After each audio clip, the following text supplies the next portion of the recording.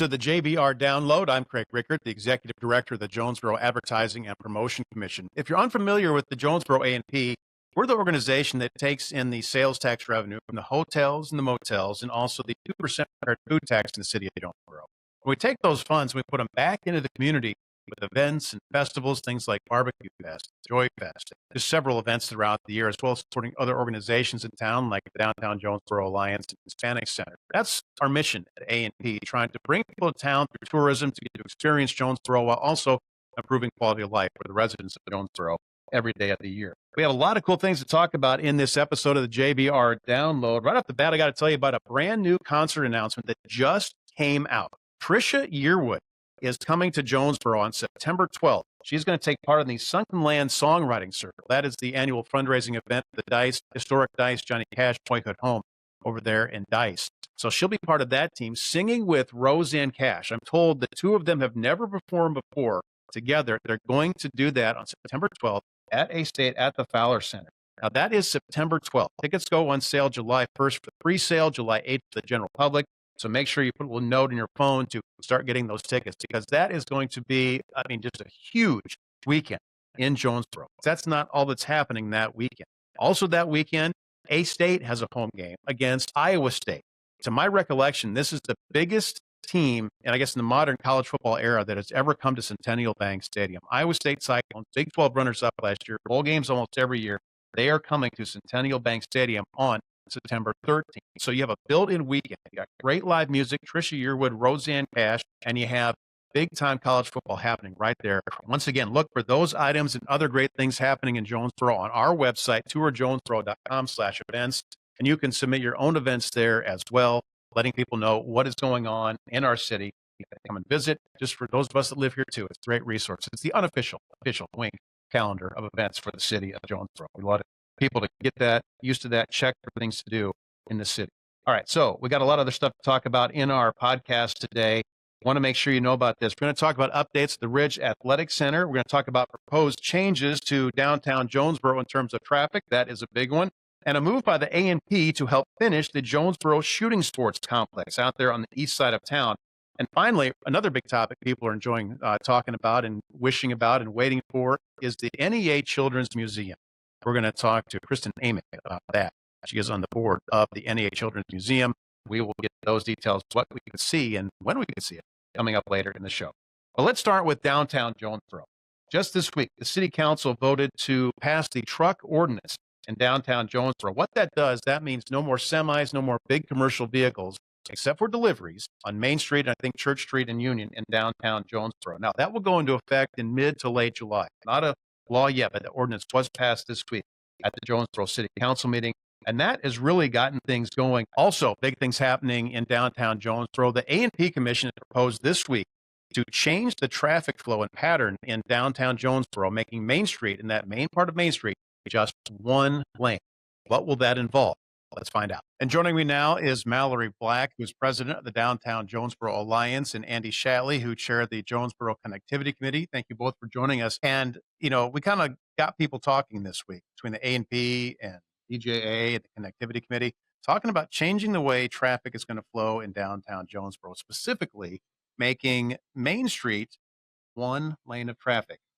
DJA was behind this. Mallory, tell us what benefits come from this from DJA's point of view. Yeah, absolutely. So the Downtown Jonesboro Alliance, the whole point of the organization is to advocate for downtown businesses, but also help make downtown Jonesboro a place that people want to come, walk, play, shop, eat, all of the things. So we had businesses come to us after the road had been closed for so long with the Citizens Bank building construction, and they said, we liked it. We liked the slower pace. We liked the cars not rushing down Main Street, and we liked that it was more walkable. Of course, that road closure caused a lot of issues for consumers to come downtown, and it kind of made people hesitant. So some businesses did suffer, but the overall consensus, we sent out a survey to the downtown businesses and residents, because you got to think it's not just businesses. It's also residents who live downtown, just to see how they felt about making Main Street one lane. overall, everyone was in support of it for a variety of different reasons. 85%, you said, Yes. found it as a positive move. Andy, the connectivity committee, you guys have been doing a lot of great work already, and this is a true, codified committee. This isn't just a group of citizens say we want to get stuff done. Tell me first of all, what's the overall goal of the connectivity committee? Well, I appreciate you having me on. The Connectivity Committee, it is a little new for public citizens to know about, but we've been operating kind of in the background for the last year and a half or so.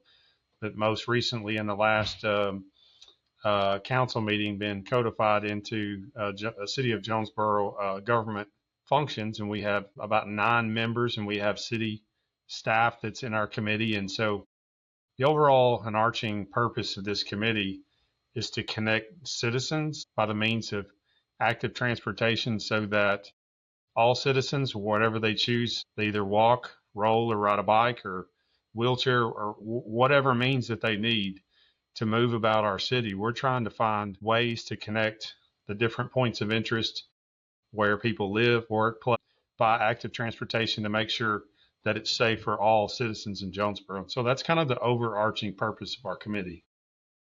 And Andy touches on safety. You mentioned that as well, Mallory, that when the construction, the demolition was going on with the Citizens Bank building, traffic was completely changed. Yes. And I know there's a lot of people who will say all these businesses suffered. It was so bad. And while that was hard, people adjusted. And I work downtown.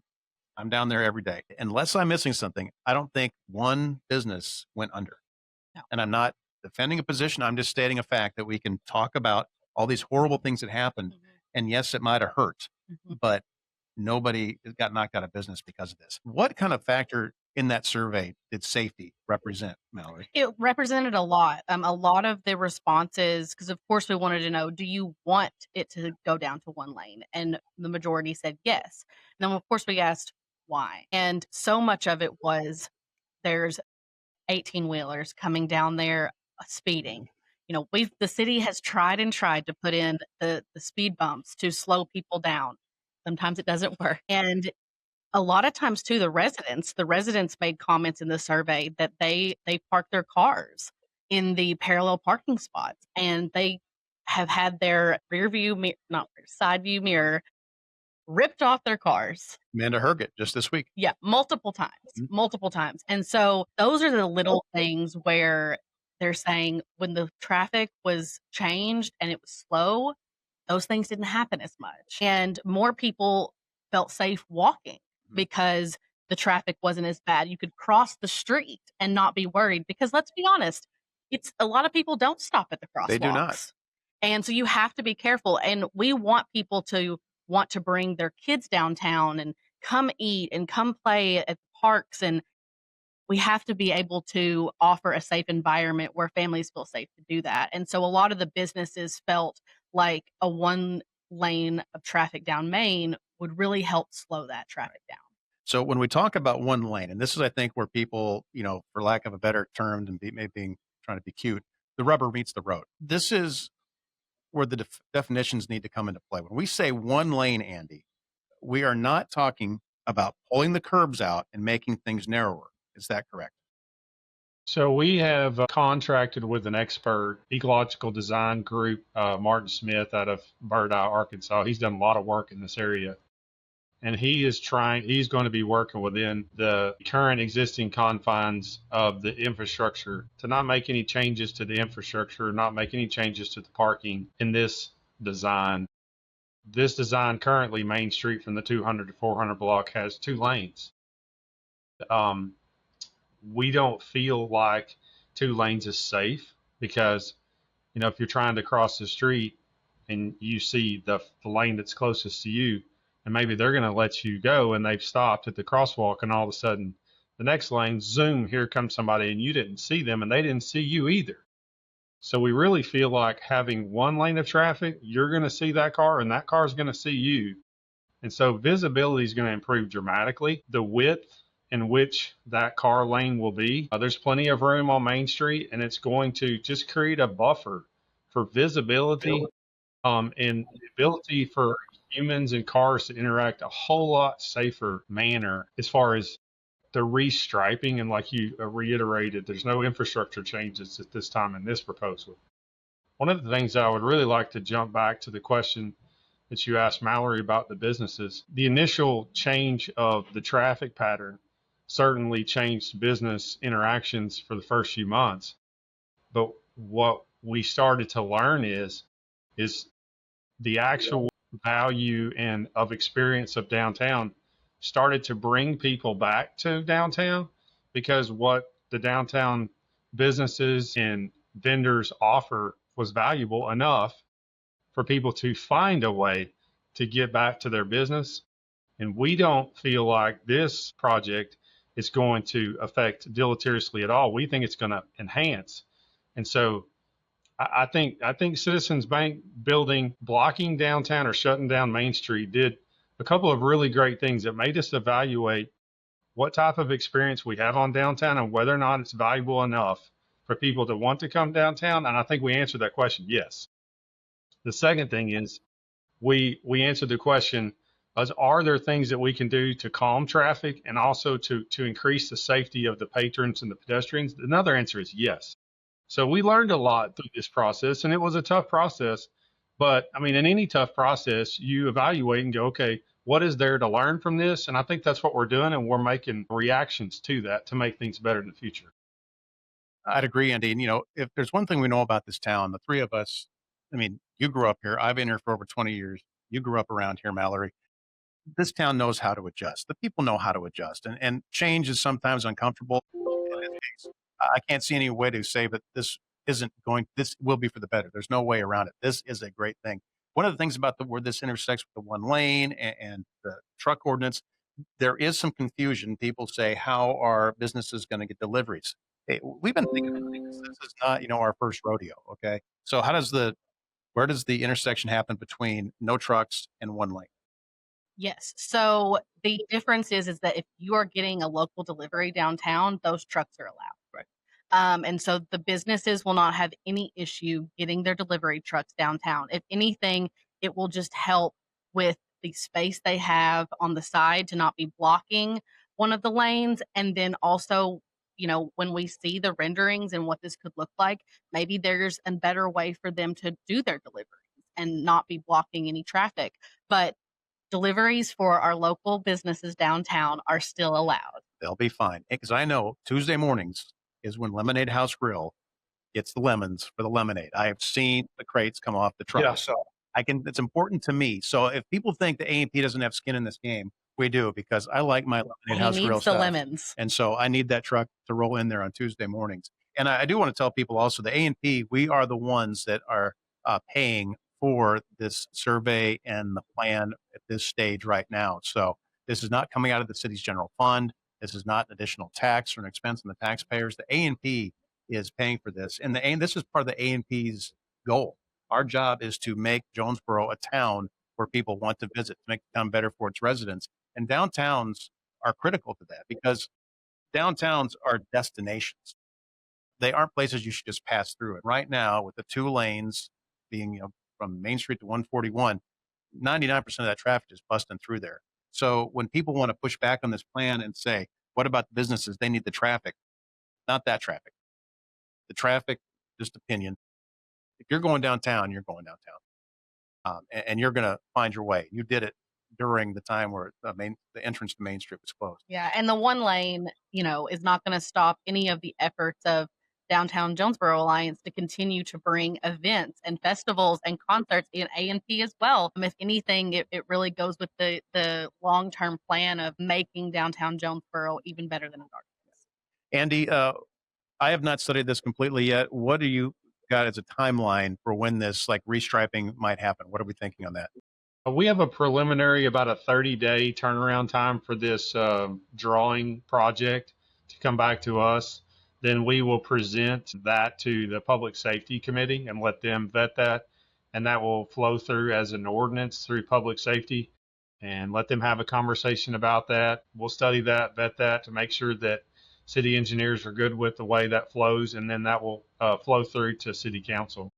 But I suspect that you're going to see that over the next. I doubt very seriously that the emergency clause will be put in that. The truck ordinance did not have the emergency clause, and we kind of rocked that through all 3 readings, and that just recently passed, so that was a good thing. But yeah, just to reiterate, we're not shutting down traffic. We're trying to focus traffic that if you choose to come through here, you understand what's going on in this area, and the feel and the culture of what's happening downtown is different. This is a different atmosphere.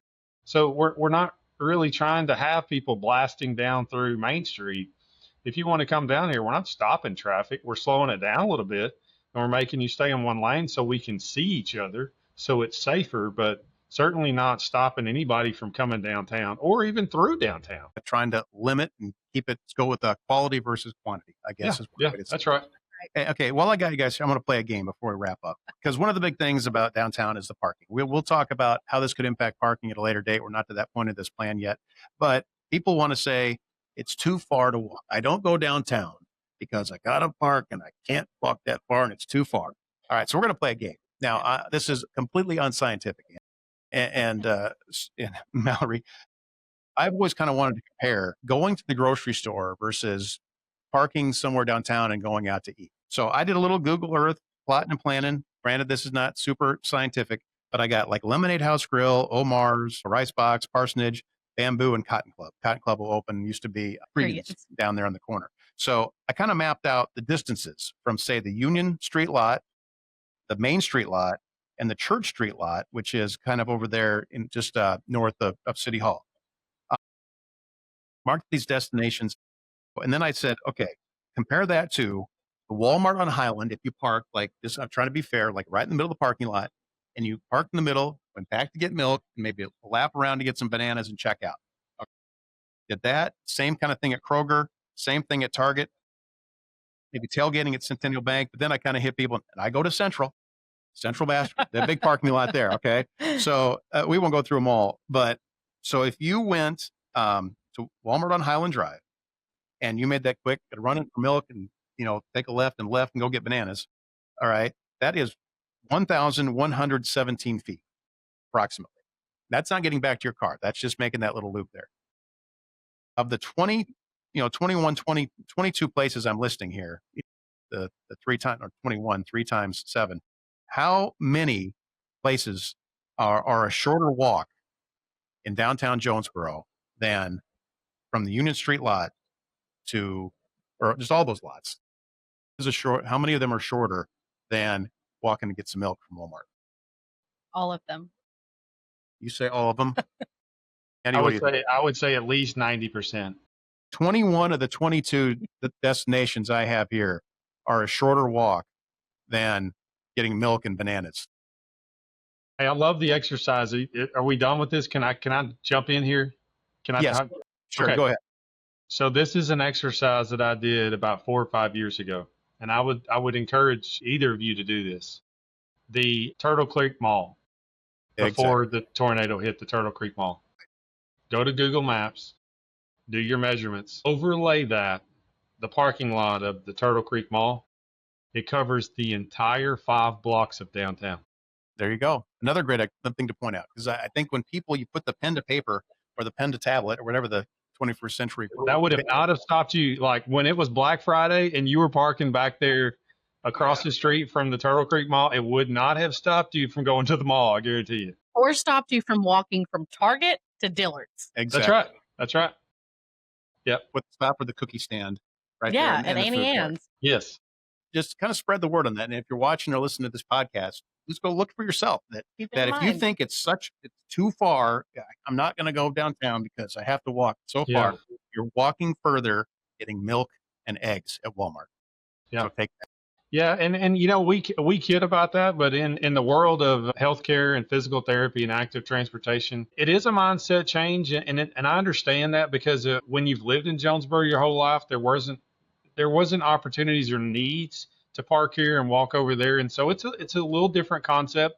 I understand it, but I'm also not going to shy away from saying it's okay to park 3 blocks around the corner and then walk 3 blocks and use active transportation and a crosswalk to get over here. It's just not something that we're used to. And Jonesboro is growing into these bigger city type infrastructure things. And yes, you need to press the button and cross the crosswalk and go over here and go over there. And that's not arduous. It's okay. It's not that big a deal. It's actually really good for your health. Andy, thank you very much. Mallory, thank you very much. Thank And you. get some information out about this. And I know we'll talk about it more as this progress advances. Very good. Thanks for having me. Another big topic and very cool thing happening in the city of Jonesboro right now is the move to get a children's museum in the city of Jonesboro, the NEA Children's Museum.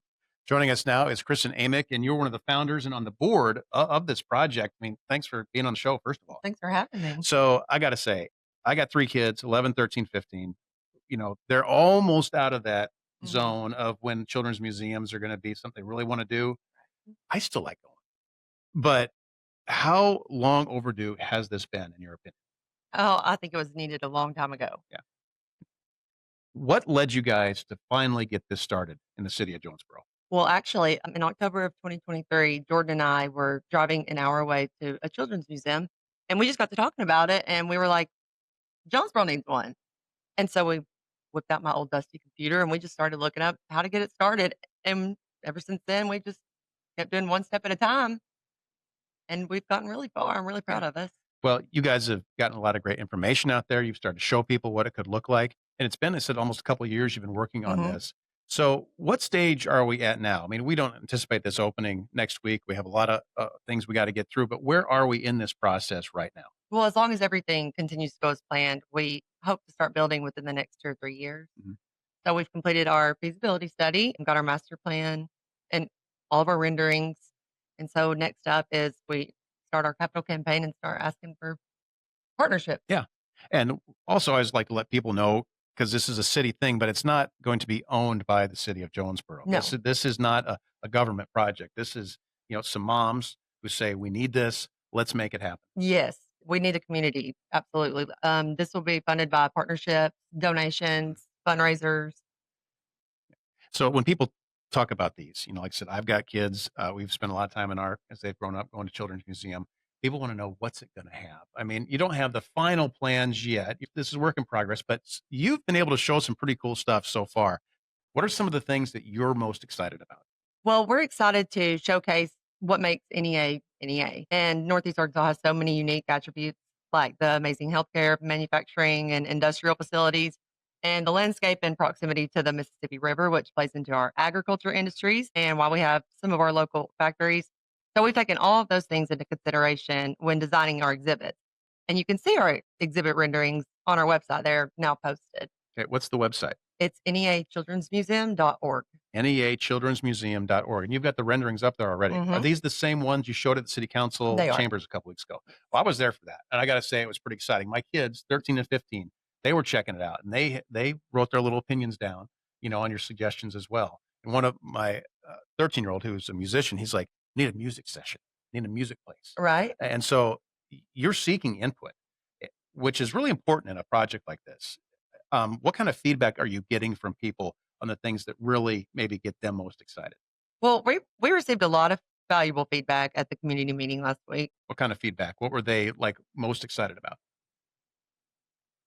I mean, honestly, everyone just had positive things to say, and they're excited about, everyone would just choose their favorite thing and just talk about how we really didn't have any kind of feedback that was negative or what needs to be changed. Well, picking a spot where to put this is one of the big questions we still have to answer. We don't need to get into the weeds about specific things, but we're going to kind of try to keep this.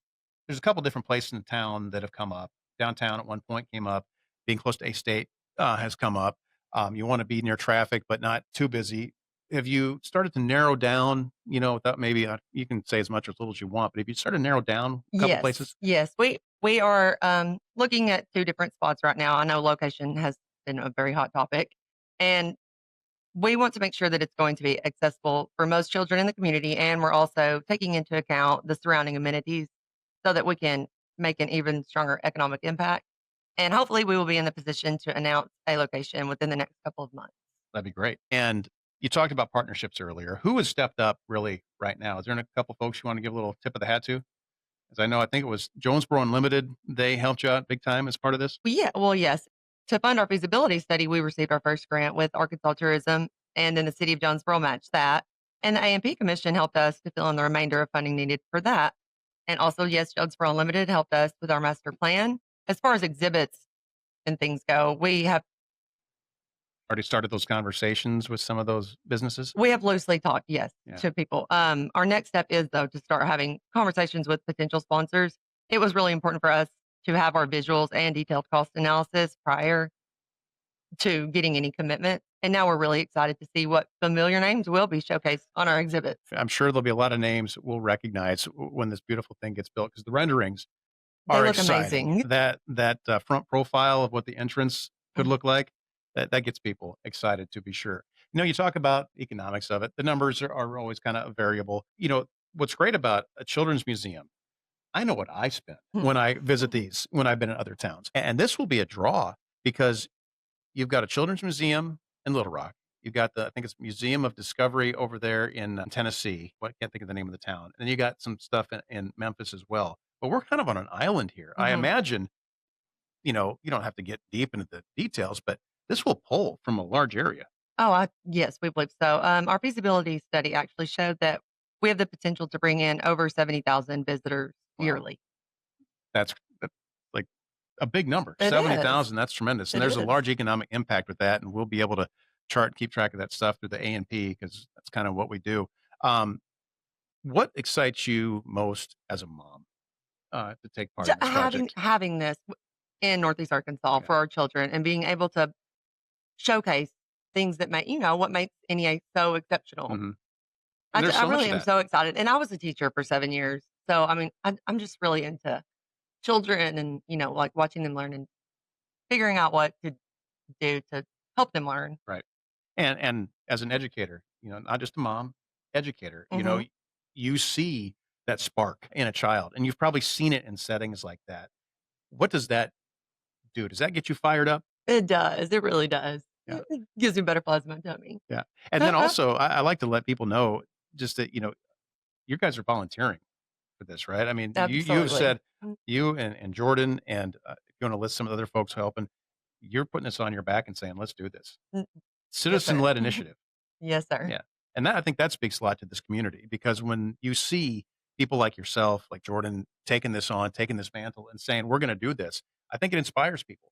And I would like to compliment you on that. So we're excited. We're still a couple of years away from, Yes. yeah, Hopefully, if everything stays on track, the next 2 or 3 years, we'll start building. wonderful. Well, Kristen, thank you very much for joining us on JBR Download. To get the download on the NEA Children's Museum, I know we're going to have a lot more to talk about as we get closer to this, and we're very excited to find out when we can break ground, where we're going to put that, and when we can start building. So are we. And thank Yeah. you for having Great. me. Kristen, thank you very much. Time now to talk about one of the other hot topics that's happening in Jonesboro here on the JBR Download, the Jonesboro Shooting Sports Complex. Trying to get that completed. Earlier this week at the Jonesboro A&P Commission, we stood up and said, hey, it's a priority project to get that complex completed. Joey Glob from the Jonesboro Shooting Sports Complex joins us now, actually from Jacksonville, and it kind of plays in. This is completely accidental that you're in Jacksonville. We're going to talk about what we're going to talk about. Tell me why you're in Jacksonville. Absolutely. Well, welcome, Craig. Thanks for having me on. We're here at the Arkansas State Trap Shooting Federation State Trap Shooting Championship. So it's available for all ages, youth all the way through adults. Right now, the last time I checked, there were 12 to 13 different states represented at this tournament. It's a 6-day tournament. Started Tuesday with the youth portion, and we'll finish up on Sunday. A lot of people in Jacksonville, Arkansas for this. A lot of exactly that. And that's obviously one of the things we'd like to have there in Jonesboro. Well, and that's what we're here to talk about. When we talk about finishing the shooting sports complex, the shooting part is done, pristine, world class. Correct. But there's one element working great. that is missing, and I'll let you explain what that is, and I can explain why we're getting behind it. Absolutely. It's the educational classroom building on the trap or the clay sport side. For example, you would need that in order to have a place for checking in, classification, cashiering out within that given tournament. The scorekeeping all is done back into that central location. And then just like this morning down here, we had a lightning delay for the first 30, 45 minutes. And so you needed to get those people off the line inside into a safe environment. And that's what that facility that we are missing will allow us to do.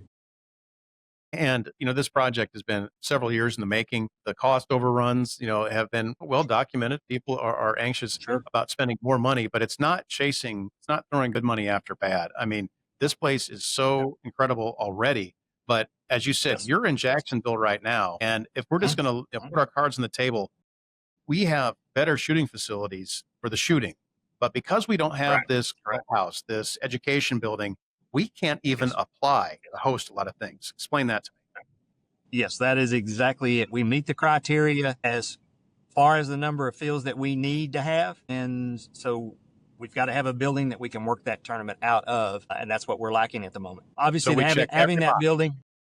Yes, every box, restroom facilities, all that. And in fact, we actually have other amenities if they want to go do something else while they're there within the confines of the shooting complex itself.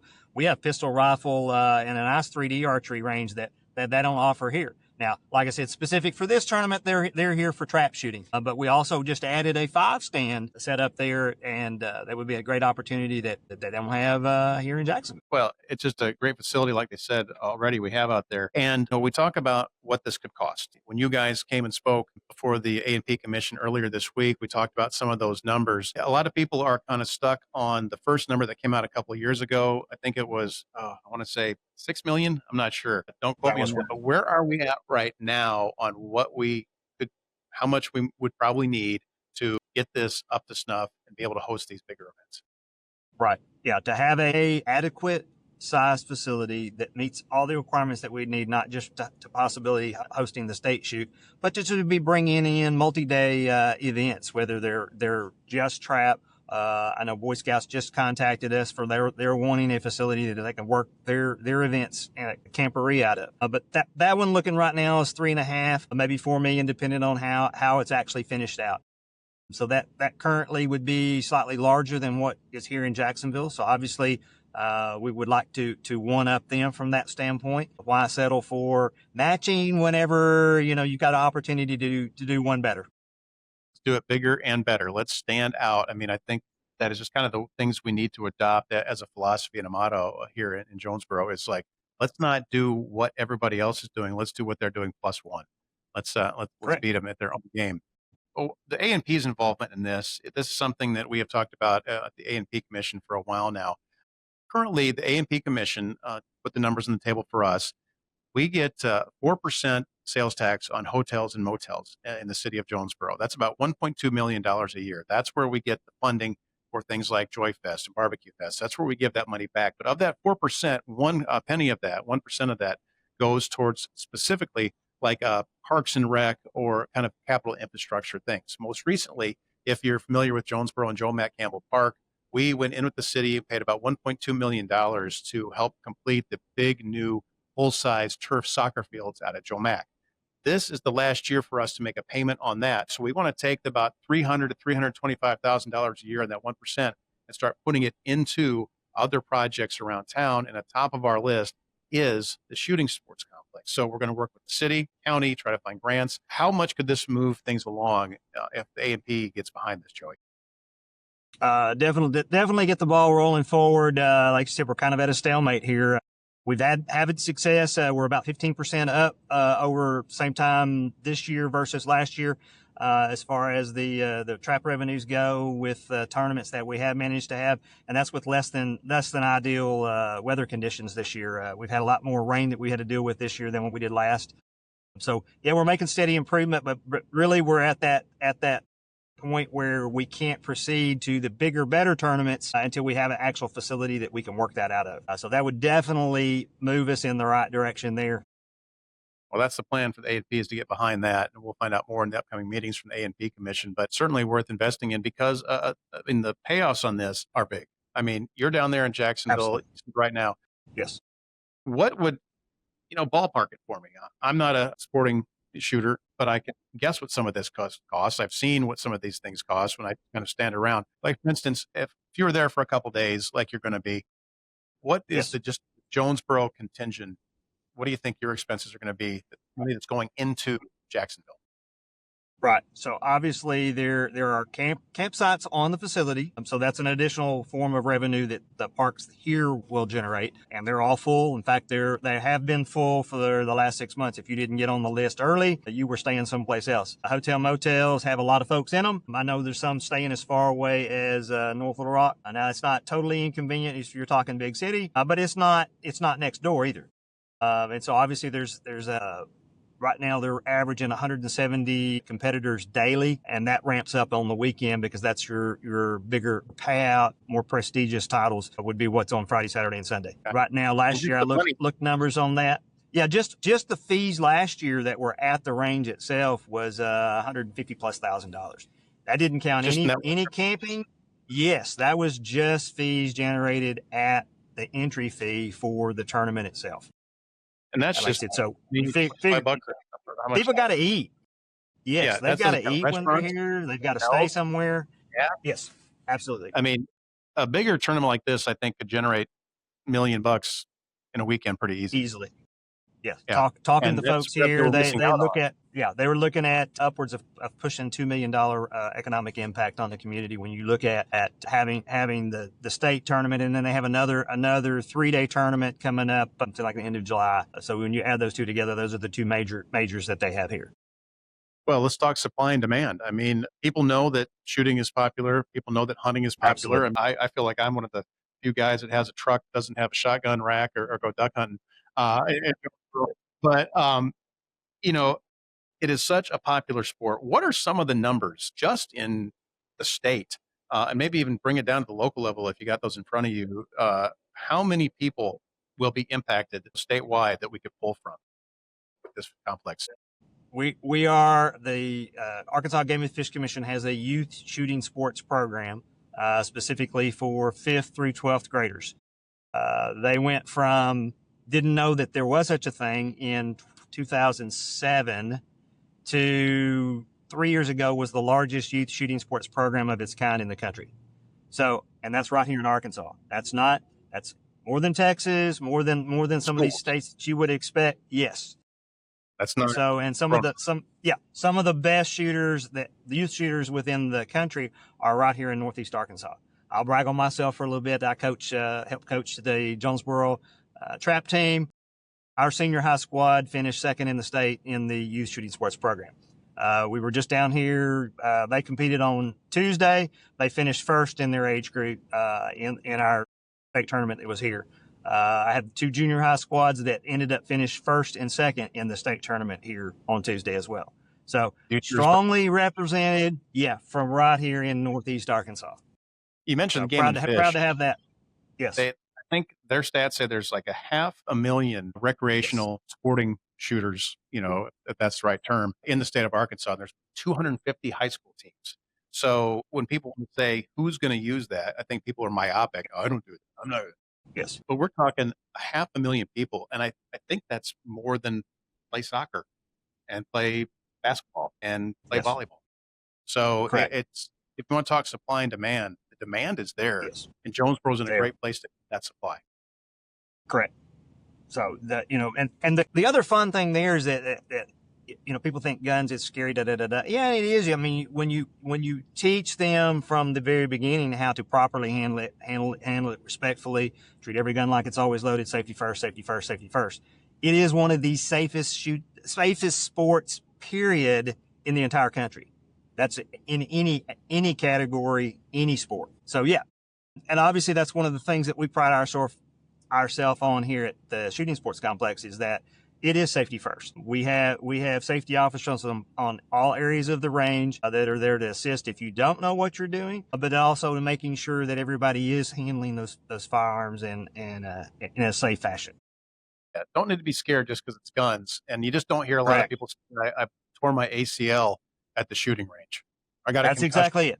Shooting clays. So when you talk about safety, put it in those parameters. It's like, it really is. Now, we've been talking about the competition stuff here, and I just want to give you a chance to plug the range itself before we go.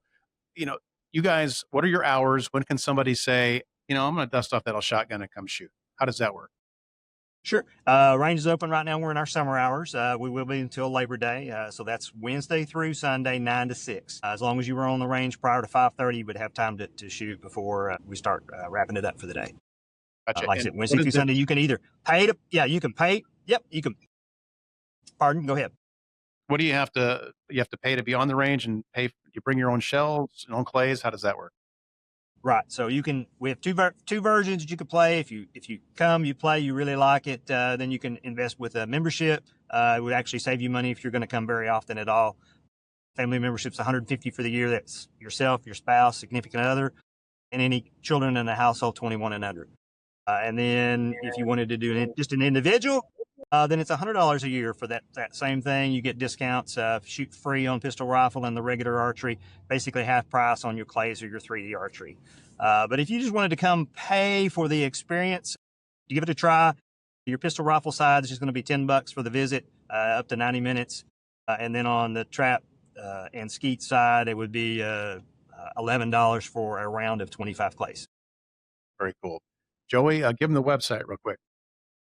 Just go through the jonesboro.org and click down on one of the side files there, and it's going to be Jonesboro Shooting Sports Complex. Joey Glob, thank you very much joining us in the JBR Download to talk about getting that education clubhouse, beautiful facility out there at the Shooting Sports Complex, and open us up to all sorts of incredible, just regional, state, and nationwide tournaments. Joey, thank you very much. Absolutely. Thank you, Greg. Cool. Joey, thanks, man. Appreciate it. Good deal. Thank you, sir. Appreciate it. That will do it for this episode of the JBR Download. I want to thank our guests this time. We had Andy Shatley from St. Bernard's and the Jonesboro Connectivity Committee, Mallory Black from the Downtown Jonesboro Alliance, Kristen Amick from the NEA Children's Museum, and Joey Glob from the Jonesboro Shooting Sports Complex. A lot of exciting things happening in Jonesboro, a lot of moving parts right now, so make sure you stay with this podcast for all the latest. And if you want to know what's happening in Jonesboro, great events, all the happenings, go to our website, tourjonesboro.com/events. And of course, you can put your own events on there and submit those to be on our calendar. Don't forget to like and subscribe to this podcast. And if you're watching on YouTube, make sure you check out the descriptions in the box below. And if you're checking us out on Apple or Spotify, don't miss those show notes.